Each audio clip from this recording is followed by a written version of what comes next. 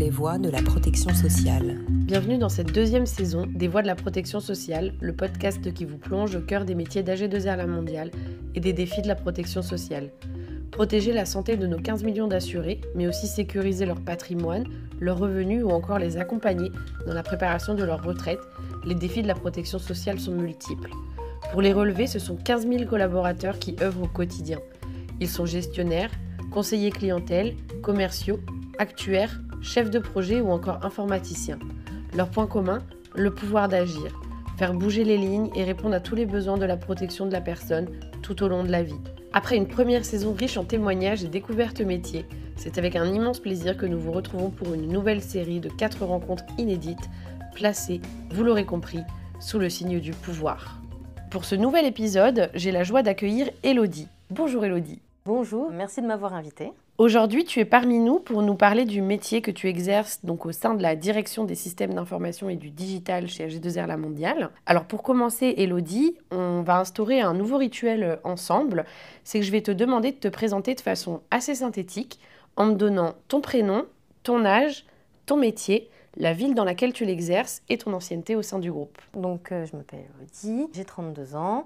Je travaille à l'AG2R depuis maintenant plus de 6 mois et j'ai été embauchée en tant que product owner sur le site de Paris-Brune. Product owner, donc, si tu devais expliquer ton métier à quelqu'un qui ne s'y connaît pas, à un étudiant par exemple, comment tu vulgariserais ton métier ?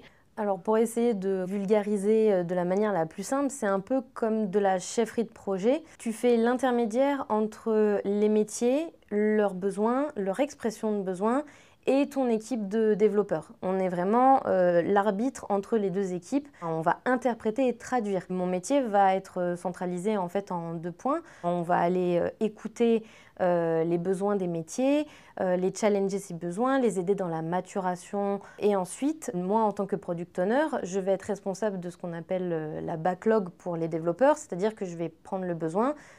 Par exemple, c'est je veux un outil qui me permette de faire une vente de mon produit d'assurance pour un contrat obsèque.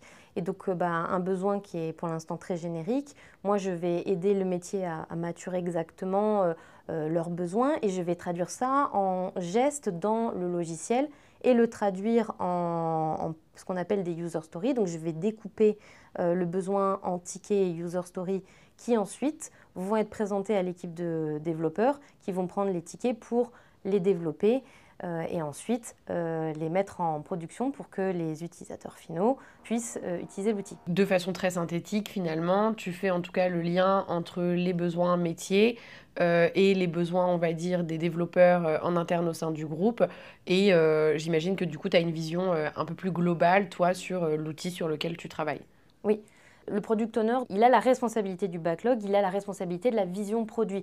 C'est-à-dire qu'on est aussi responsable de l'innovation du produit. Sur mon poste de product owner au sein de la AG2R La Mondiale, je travaille sur le logiciel Salesforce, qui est un logiciel de CRM très puissant, qui n'arrête pas d'évoluer, d'apporter des innovations. C'est-à-dire que c'est pas un Salesforce, en plus, rachète des concurrents, n'arrête pas de grandir et de proposer de nouvelles fonctionnalités. Et c'est aussi un peu le rôle du product owner de mettre en avant ces nouveautés qui arrivent 3-4 fois par an pour potentiellement répondre à des besoins ou carrément à des besoins que les métiers n'avaient pas pensé mais qui vont apporter une meilleure satisfaction client, une meilleure performance du logiciel. Au sein de la G2R, quand je suis arrivée, on m'a présenté un système d'information complexe, riche de son historique, de toutes les fusions-acquisitions. Il y a énormément d'outils. Et un des challenges et objectifs au sein de mon équipe du train XCRM, avec le CRM Salesforce, c'est d'uniformiser, harmoniser et industrialiser les processus de nos collaborateurs, qu'ils soient en front office, donc directement avec clients, ou du back-office, donc les métiers des coulisses, par exemple ceux qui vont générer les contrats une fois la vente effectuée. Alors en effet, tu l'as bien dit, AG2R La Mondiale se lance dans un programme de transformation de sa relation client. Tu en as parlé très rapidement, en s'appuyant donc sur une plateforme digitale qui est bâtie justement, je crois, autour de la solution Salesforce. Tu es donc un peu au cœur de la transformation digitale du groupe. Concrètement, est-ce que ça se traduit dans ton activité? Est-ce que tu as l'impression de le vivre? Oui, oui, puisque le product owner est aussi un peu le liant entre les besoins métiers et la roadmap, les objectifs de l'entreprise, c'est-à-dire que les métiers ont des besoins, mais il y a aussi les objectifs et les besoins de l'entreprise qui peuvent avoir une vision encore plus lointaine avec les plans d'entreprise jusqu'en 2026-2028. Et donc oui, ça se traduit aussi dans mon travail de tous les jours, puisque en travaillant en SAFE, tous les 3 mois, on a des objectifs pour savoir quelles vont être les priorités à sortir, à mettre en production pour les 3 prochains mois. Donc oui, je suis vraiment au cœur de la transformation digitale. Et justement, très rapidement, est-ce que tu peux nous expliquer ce qu'est cet outil Salesforce? Salesforce, c'est un logiciel de CRM, de Customer Relationship Management, donc du management de la relation avec ton client. C'est un outil qui va te permettre de travailler sur une vision 360 de ton client, qui va permettre de centraliser les informations, que ce soit donc sur le client, sur ses contrats, ses demandes pour le service après-vente, ses réclamations, que ce soit les campagnes marketing, que ce soit la gestion de la donnée. C'est un outil multifacette qui te permet de tout centraliser au même endroit et permettre aux collaborateurs qui l'utilisent d'avoir une vision 360. Et du coup, en quoi le déploiement de Salesforce va améliorer concrètement le service rendu à nos assurés et faciliter leurs usages? Est-ce que tu peux aussi nous citer peut-être un exemple concret de cette transformation? Salesforce a été choisi dans l'objectif de industrialiser et harmoniser les processus et de mettre tous les collaborateurs sur une seule et même plateforme.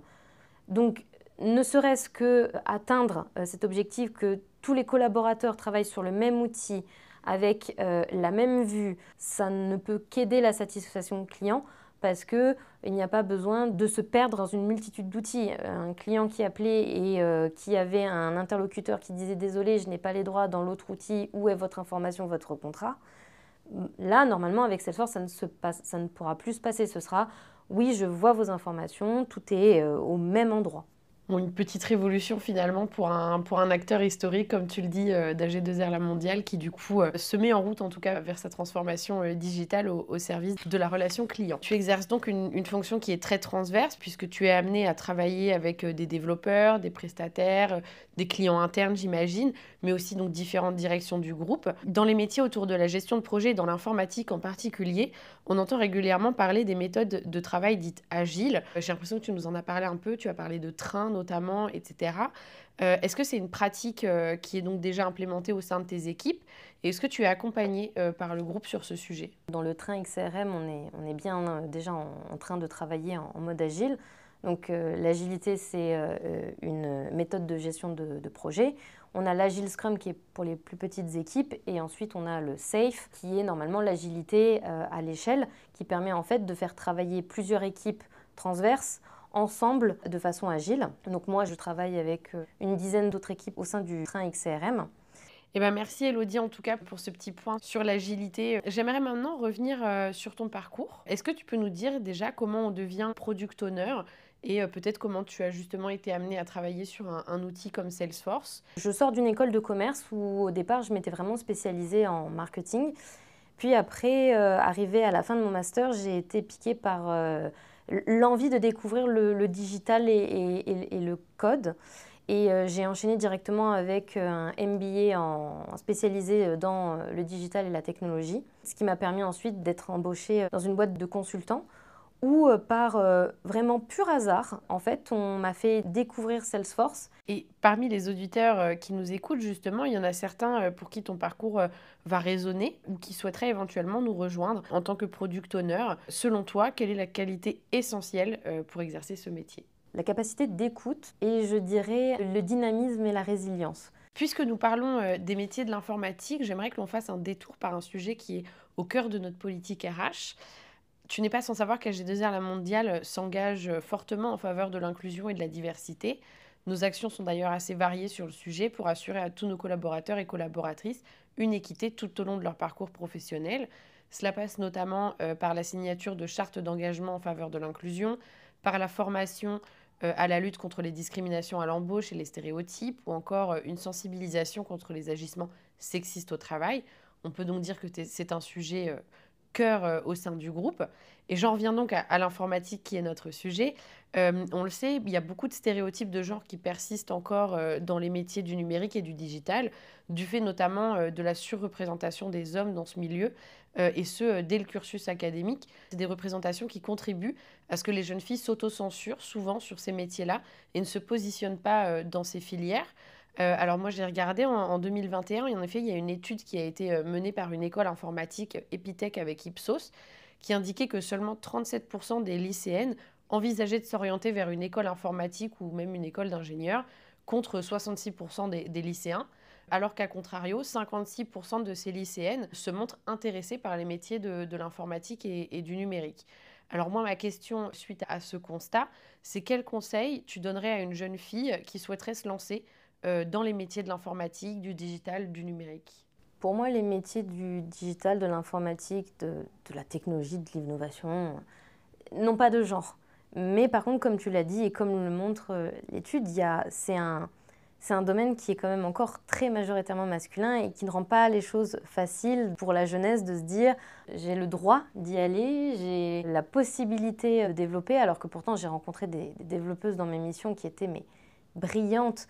Pour moi, en effet, il faut encourager la jeunesse et justement les jeunes filles à dire en fait le travail n'est pas genré. C'est pas parce qu'on dit sage-femme qu'il ne peut pas avoir de sage-femme homme. Je voudrais ajouter qu'une des personnalités qu'on m'a toujours parlé dans le domaine justement de l'informatique, c'est Ada Lovelace, qui a été la première codeuse. C'est elle qui a écrit le premier script qui aurait pu être lu par une machine. C'est son travail qui a aidé Alan Turing. C'est une femme. Et en effet, on a plus les noms masculins, on pense Bill Gates, Bezos. Forcément, il y a beaucoup plus les personnalités masculines, mais il ne faut pas oublier que dans les assurances, les banques, les grandes institutions comme la retraite ou les grandes administrations, on utilise le langage COBOL. C'est un langage informatique qui a été créé par une femme. D'ailleurs, le groupe a accueilli cette année un groupe d'enseignants de collège, lycée et BTS au sein de la direction des systèmes d'information et du digital. C'était une rencontre organisée avec le soutien de la fondation C'est Génial, qui visait justement à rapprocher le monde de l'éducation de façon générale et à celui de l'entreprise, et à présenter en fait les opportunités qui sont offertes par les métiers de l'IT, notamment dans notre secteur d'activité de l'assurance. Qu'est-ce que tu penses de cette action qui a été faite par le groupe? Oui, inviter la jeunesse à venir visiter l'entreprise, les métiers qui y sont exercés, je pense que ça ne peut qu'éveiller la curiosité. Eh ben merci pour ce partage, Élodie, en tout cas pour cet échange sur un sujet qui est important pour notre groupe. Pour cette dernière séquence, et nous l'avons entendu en introduction, notre marque employeur met en avant cette année, et avec force, le pouvoir. Donc le pouvoir d'agir, le pouvoir de prendre la main sur son avenir, sur celui des autres. Si d'un coup de baguette magique, on pouvait te donner un super pouvoir, peu importe lequel, dans ton quotidien, qu'il soit professionnel ou personnel, qu'est-ce que tu choisirais? Je me dis, aujourd'hui, à notre époque, ce que potentiellement là, je suis en train d'imaginer, serait le pouvoir de parler à la technologie. Si on pouvait parler à la technologie, je pense qu'on pourrait faire beaucoup de choses. Et potentiellement, je pourrais aller demander au logiciel qui tire les boules du loto de me dire quel numéro elle va sortir. Ça pourrait être en effet un super pouvoir assez intéressant. Pour mon travail là actuel, je n'aurais qu'à parler à l'ordinateur en disant, s'il te plaît, développe ça, et l'ordinateur travaillerait tout seul. Ouais, voilà, comment faciliter son métier finalement, on le sait, il faut ce super pouvoir-là. Et bien Élodie, je te propose de terminer là-dessus. Je te remercie en tout cas d'avoir accepté notre invitation et merci pour le temps que tu nous as accordé. Je remercie bien évidemment tous nos auditeurs pour leur écoute et je vous donne rendez-vous très prochainement pour le prochain épisode des Voix de la protection sociale, saison 2. Au revoir Élodie. Merci beaucoup. Merci de nous avoir écoutés et à bientôt pour un prochain épisode.